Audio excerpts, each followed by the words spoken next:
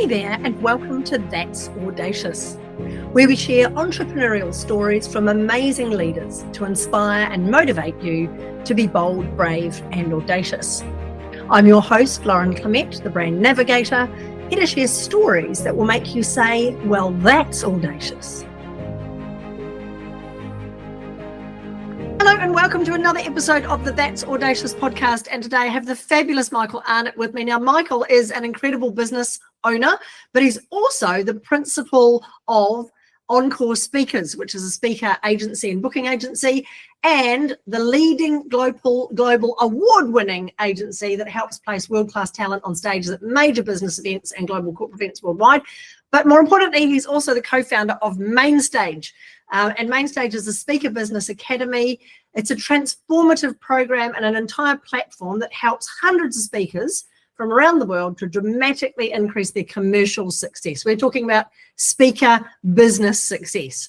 And it's awesome to have you on the show today, Michael, because we've been working together for a while, but I'd really like to know your backstory as to what on earth got you started in this. What made you go, you know what, I'm going to go into the crazy wide world of managing speakers and helping them build their businesses? Why? What was the moment that made you go, I need to do that?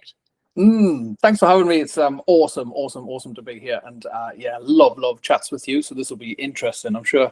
What got me into it in the first place? Well, originally my first business was initially when I first got into business, it was basically an event management company, right? So I used my experience as being an event manager when I was employed, or rather, should I say, employable. And I used that experience to help people create that experience they wanted to create for people in whatever it was. And so we did a lot of industrial events, we did a lot of launches, celebrations, business awards. We worked for a lot of government organizations as well.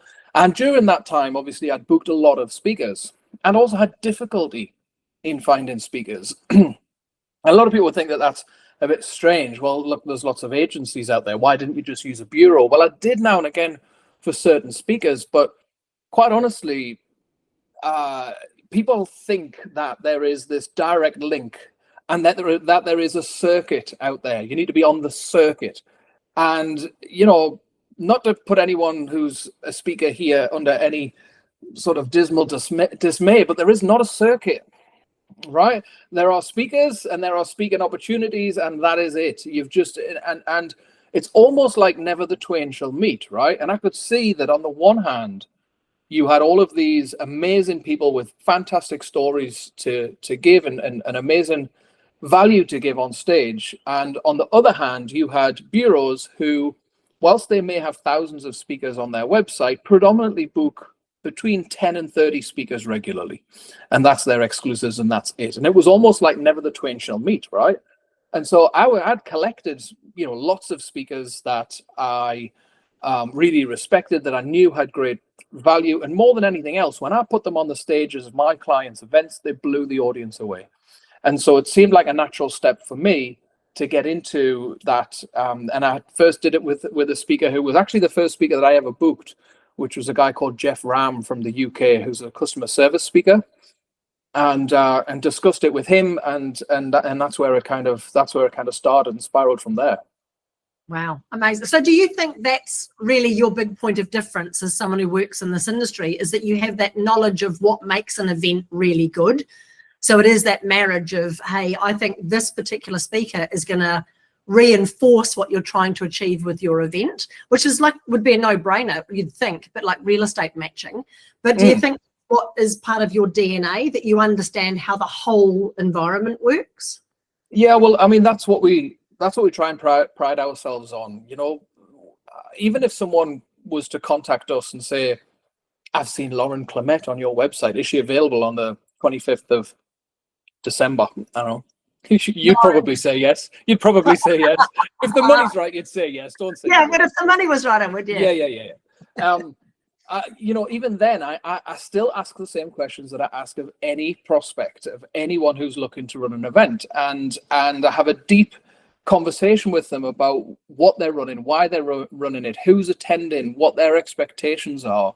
and what they're wanting to achieve. You know, we did so much business in the event management space when I owned that company, because we would describe the experience through the eyes of the attendee from the moment they received the invite through to them arriving at the event, enjoying the event, leaving the event, and what the follow-up would look like. And nobody else did that. Everyone just concentrated on the the logistics and the individual parts that come together. So, you know, the marquee and the cost of that, and the AV and the and all of that stuff. And sometimes they would hide their event management costs. That would be the first line item on our quote. I'd put the event management costs straight up there, because if they didn't value the input that we were giving, then all we were was a conduit to access all of these different suppliers, and therefore you're not really adding any value. All you're doing is making it simpler. And for me, you know, that's what we're all about at Encore, adding that value and helping people to achieve a better result than they've had before, and more importantly, get the experience they really want the people in the room to have. And I think that's a massive lesson for all speakers as well, actually. You know, speakers are very passionate about what they do, but the most important thing is what the people in the room are going to experience from what you're going to say to them. Do you think that's the number one mistake that speakers make that stops them from getting booked? Whoa. There are lots. How long have we got? There's quite a few mistakes that speakers might make in not getting booked as much, but certainly, understanding the landscape and putting themselves in the position of the event organizer themselves. You know, so quite honestly, even when speakers do realize that they need to concentrate on the audience more than they need to concentrate on them, that's still about your on-stage performance. That's still about what you do when you're in the room. You've got a whole other job to do before you even get in the room. And you're not selling to the audience, you're selling to the person that signs the check, right? And so what problems are they going through? What situations are they in? And what are their needs? I mean, I had a client that spelled it out perfectly to me a couple of years ago when I got a phone call out of the blue, which is rare. Most inquiries come through the website or by email, but it was a phone call. And I remember that vividly because I think it was late in the day and I was on the football pitch at the sidelines watching my son play AFL. And the client said to me, look, we're a fairly small company, 150 people. We'll have an annual conference every year. And I would normally book some form of, team building exercise. But this year they've all demanded they want a motivational speaker. She says, "I bloody hate motivational speakers." She didn't use the word bloody, actually, but insert what you think she said here. And I thought, well, this is really good because, that's what I do. So this conversation is going to go really well. And she said, the reason is when I asked her, why do you say that? She said, the reason is every time I've seen a motivational speaker, she said, I'm sat in the audience at the end thinking how amazing they are and how shit my life is. Right. And it just it really dawned on me. I thought, wow, that's but the best thing that she said was what she said next. And so many clients have said it since. She said, I've been looking for speakers for 2 weeks and they all look the same. Because it's easy to fall into the trap for a speaker, for any business really, for them to talk about what they're passionate about, what mission that they're on, and trying to push their amazing solution out to the market when the market hasn't understood even what their problem is yet, never mind the fact that that's the solution that they need. You're not selling mobile phones or tires or car cleaning, right? We know when we need those things, that's what we need. When it's a speaker, it's something very different. And people might say, well, surely, people will know they want a leadership speaker with a particular slant on communication for that particular conference. Not at all. They will for their workshops that they have in the middle of the session, but your keynote speakers that open or close the conference, quite often they don't really care what the subject matter is. They just care that, yes, it's got business value and it's going to have impact to the people in the room and therefore a potential bottom line impact. But more than anything, what are they going to do in the room that's going to make that event electric, that's going to electrify it, that's going to give people that thought process, or that's going to motivate them, that they're not going to get from any of their internal or industry speakers. Yeah, because that's the definition of the word keynote, isn't it? Is you're setting the tone, or you're finishing off the conference, making people walk out going, I loved that. I want to come back to the next one. I want to implement what I've learned, all those sorts of things. So right now, the speaking industry's been through some pretty horrific stuff over the last couple of years with COVID and people learning online virtual presentations and so on. Right now, what do you think the biggest challenge is for speakers in order to get consistent bookings and to build a brand that people can instantly recognize and go, yes, I want them for my stage? Yeah, look, there's no easy answer to it in terms of, because there's so much out there, right? There's so many people that are offering quick fixes. Come and do this marketing thing, or come and do my video day and all your business dreams will come true. Or you just need to be, taken on by an agent or whatever. Look, if what you're going to do is try and chase the golden goose or whatever, and you're going to put all your eggs in that, and you're going to say, right, I just want to be one of the listed speakers with one of the main agencies, and I'm going to go exclusive with them. Well, then great, go for it. But what I can say is that this market has never been more crowded than ever. You just go on LinkedIn and put in the title speaker and see how many people have that as part of their description, how many coaches, mentors, trainers that have speaker in their title. If you really want to be one of those keynote speakers that gets booked regularly, whether it's all you want to do or whether it's that you want to just have it as part of your business, but you want to do it properly, then it's about learning the business of speaking. It's about understanding what the business process is behind it. A lot of people will say brilliant on stage is 90% of the thing. I saw it on social media recently. Someone said that. And it couldn't be further from the truth. I actually represent and book some speakers that I would say are 7 out of 10. I'm a harsh judge, right? But they're not the best speakers in the world. Yet they'll make $1 million a year this year, keynote speaking, because they know how the business works. Yeah, absolutely. And as you say, putting yourself in the shoes of the person who's going to sign the check. It's like the one thing to try and figure out. It's not about me. It's about how can I make myself totally bookable, because I make it really clear what I can help you with your organization, what you want to try and achieve from that event. I think it's actually probably easier than that, Lauren. It's actually just making yourself easy to book, right? Because this industry isn't complicated, but that doesn't mean that it's easy. Just because something isn't complicated doesn't mean that it's not easy. People that that offer speakers these silver bullets out there are trying to make it easy. They're quick wins, 30 days and you do this. You've got to build a solid business foundation by understanding how the business works. And the biggest thing out of that is just making it easy, right? Far too many speakers try and spread their net as far as they possibly can in the hope that they're going to attract more business. But the problem is, we want that laser focus on the thing that we really need for our stage, and we need to know that you are absolutely the right fit for that. And being a generalist and trying to appeal to every industry for every topic and every type of event, is just going to turn people off.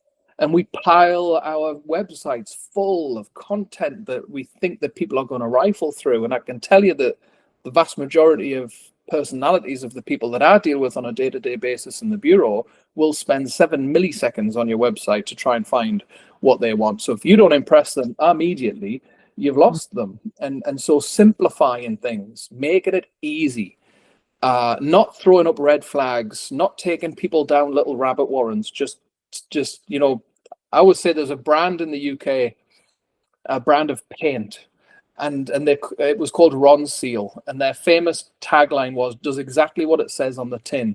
And so if it was like 10-year outdoor paint, well, that was what it was. It was paint that would last 10 years outdoors. That's it, and that's what you've got to do. Just make it yourself easy to buy, make it uncomplicated. Yeah, we are totally overwhelmed, aren't we, with content these days and with all our choices and everything else. Now, you are listening to the That's Audacious podcast. If you like what you're hearing, there are lots of other episodes with amazing guests. All the subscription links will be there for you. Check us out on whatever channel you listen to your podcasts on. Michael, what's been one of your biggest achievements, or one of the things you've been most proud of in terms of what you do over the past few years? Well, as you said in your wonderful introduction that I hope I'm living up to, there's two businesses that I mainly run, and so it's hard to pick one. Maybe I'll give you one from each. On the one hand, there was a client that I work with, and now I could say working with $1 Million Roundtable, right? They have events with 10,000 people in the room, and one year I booked more keynote speakers with $1 Million Roundtable than any other bureau in the world. And that's like, it's a nice. I wish I could have some letters after my name because of that, right? But actually, what I would say was the best was a much smaller client, actually an association in the education industry, and I was at their conference this year when we booked the majority of speakers and worked with them, not only on placing the speakers with them, but I was actually sat in their meetings when they were organizing what the whole thing was going to be about, right? Trying to come up with the theme and all of that. And I helped them curate the entire theme over the 3 days and place the right speakers and in the right slots, in the right places, to make sure that the thread that they really wanted to weave through achieved that. And so I went along to the event in Sydney, and picture the scene. You've got a room, that's in the Hilton, and there are 500 attendees from this association in the room, 498 females and 2 males, and I was in the bathroom. Sorry to take it to the toilet, but I was in the bathroom, and as I was in the bathroom, the 2 other like male attendees just happened to be in the bathroom at the same time, and one said to the other, like blokes do when we're in the toilet, one said to the other, "Oh, how are you finding the conference?" And he said, "Oh, it's great." And this is the thing I was really proud of. He said, in previous years, it's always been about how we do our jobs better or how we, sort of deal with people better. I said, but I really feel that this time it's been about developing us and things that, yes, helps us at work, but also helps build us as people. And I just thought, yes, like that. To me, that's exactly what I wanted the attendees to feel. And hearing it without asking it, and hearing it third party as well, in that way, is something I'm really proud of. Moment. Yes. Brilliant. That's in reality, that's all you ever want, and all you ever should want as a speaker, is that the people leave the event knowing that something in them has been shifted, something in them about themselves or their development or their confidence, whatever it is, that they know they can now do it. Because like you say, the opposite is, oh my God, look at that speaker, they were amazing, I could never do that. And there's this big divide between you. So what's that's right. What's the biggest difference for Mainstage that you've seen? Yeah, in the other business, in my other job, I suppose that one of the biggest achievements for me would be, seeing the success of someone on the other side of what they've done. So we had a speaker that came to us who, had left corporate, was basically said, look, I've tried this speaking game. It's really, really tough. I'm finding it really hard. Before I join your program, can you guarantee it'll work for me? Because if it doesn't, I'm going to have to sell my soul and go back to corporate, and that'll just kill me. And I said, as long as you implement it, it'll work. And he did, right? He came into the program. He took everything on board. He was really coachable, right? And when I say coachable, I mean someone who is prepared to accept the sometimes hard answers to the questions that they ask, and also have faith to follow the process, and not take just the parts they think that they want to run with and hope that it's then going to work. Anyway, he implemented it, and I've now been working with that speaker actually as an agent for a few years, and he's not only saved himself from having to go back to corporate, but he's created a business that is making significant change within organizations, not just across Australia but across the world. He's been on some really big stages. He's bought himself a nice boat from it, and it's just seeing that success that someone can have on that other side from implementing something that you can help them with is that's something I'm really proud of as well. Yeah, brilliant. And I think the nice thing that I learned from the Mainstage process was that you do bring that holistic approach. It's about, yes, being a great speaker, that's fine, but it's a small part of it. It's understanding how the whole thing operates and how it works and how to position yourself. And you do have a guarantee that if people implement and it doesn't work, you will refund them their money. They're just going to implement what you teach them and they're done, right? So I don't think there's many other training programs in the speaking industry that offer that. But also, you've won awards for what you do as well. So tell me, why did you decide to enter your program in business awards? So, I mean, for me, I think traditionally I've probably always been one of those people because, as I've said before, I've organized awards, right? I've organized business awards, and not all awards are equal, as I'm sure that you will, testify to. And I've never seen, I've always found it difficult to put myself in the limelight, to be honest. I've always been the one that's, been happy for everyone else to take the credit and for me to be the one that helps that person be who they are, do what they want to do, achieve what they want to achieve, whether it's an event or whether it's, in their business as a speaker. But what I realized is that, particularly with Mainstage, it was important that people could see that we were credible and could see that, there was a point of difference with us. And the thing that I'm particularly proud of was not just that we got 3 awards, but one of the awards that we got was on best business process. And that to me was the one that I really wanted. I really found that, if a panel of independent judges who don't know us from Adam can look at that business process and say, that's world class, then, that was something I was really particularly proud of. But in terms of what it's done for us as a business, it's that stamp of approval. It's that, acknowledgement. And I'm not here to badmouth anybody else, and I never will. I always, sell what we do on what we do best. I'm not going to say don't use that agency or whatever. In fact, if a client comes to me and says, "I'm looking at this speaker, are they available? What's the fee?" After I've had the conversation with them, as I said that I normally have, during that conversation, I'll ask them if they have got a price from another agency for this particular speaker, and if they have, I won't quote. Right, and my competition is not other bureaus. My competition is actually our client base. So I've got to convince people why they should use us, not compete with the other bureaus and agencies that are out there. And incidentally, just so that your listeners know, anyone that is a speaker, if they're interested, all of the agencies and bureaus in any market have maximum around 10 to 12% of the market. So when speakers think that just getting in with an agent is the magic wand that's going to cure all, no, 90% of the market is out there booking direct with speakers.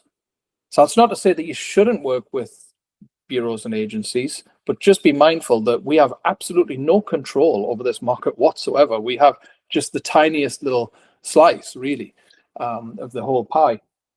But for me, the award was something that could show independent validation of something that we believed strongly in, that we can evidence works through, people that have been through our program. We've had over 250 speakers through our signature program. So we can evidence, those that have implemented it well and what they've achieved. But it gives you that instant stamp of approval that I think, from a credible awards that independently someone has verified. And I love the fact that we were up against IBM. I think IBM was the one that got the gold award of that same category that year. And I thought, if we can come number 2 in business process to IBM, that'll do for me. Yeah, brilliant. And it is something, isn't it, when you get rewarded for either your thought leadership or something that you've created or a system or a process, because then you've got ownership of that IP. And it's now got that what's it called? The intel inside, as you say, recommendation that, hey, it's not only a good thing, but it's now been judged independently to be actually pretty good. The other thing that happens, of course, with awards is people then also realize that there's value there. and that there's potentially the mechanism for you to increase your prices, to attract a high-paying client, all those sorts of things as well. Has it been a knock-on effect for you in terms of the way that your business has grown and your reputation has grown in the market? I think the most important thing for that is how we've leveraged the awards, really. Winning the award in and of itself is not something that's really gonna make a difference. It's a bit like a wine label that gets the silver and the bronze and the gold awards, right? If you can't deny that if you like a particular type of wine and you've never tried one from this vineyard and they've got 7 stickers on it, all of these different awards that they've won from different critics and tastings and so on, then that encourages you to pick up that bottle, right? So it's about how you use it. And yes, we do use it. We use it in our marketing literature. It's all over our website. It's on our email footer, that we are award winning. And I think it's probably not going to be the only thing that someone's going to come and buy from us for, but if they're considering us versus others, at very least at a subliminal basis, there is that external credibility that we have that others might not.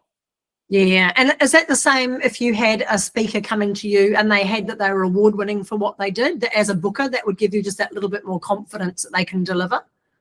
Yeah, I think so. I think again, depending on the award and depending on what it was that they'd won,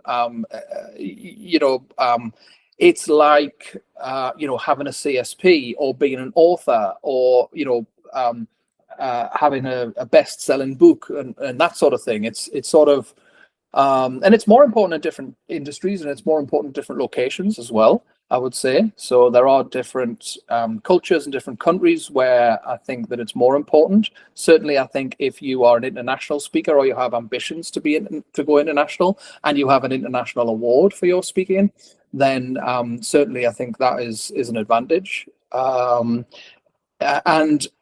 for me, it's about the balance of credibility at the right time.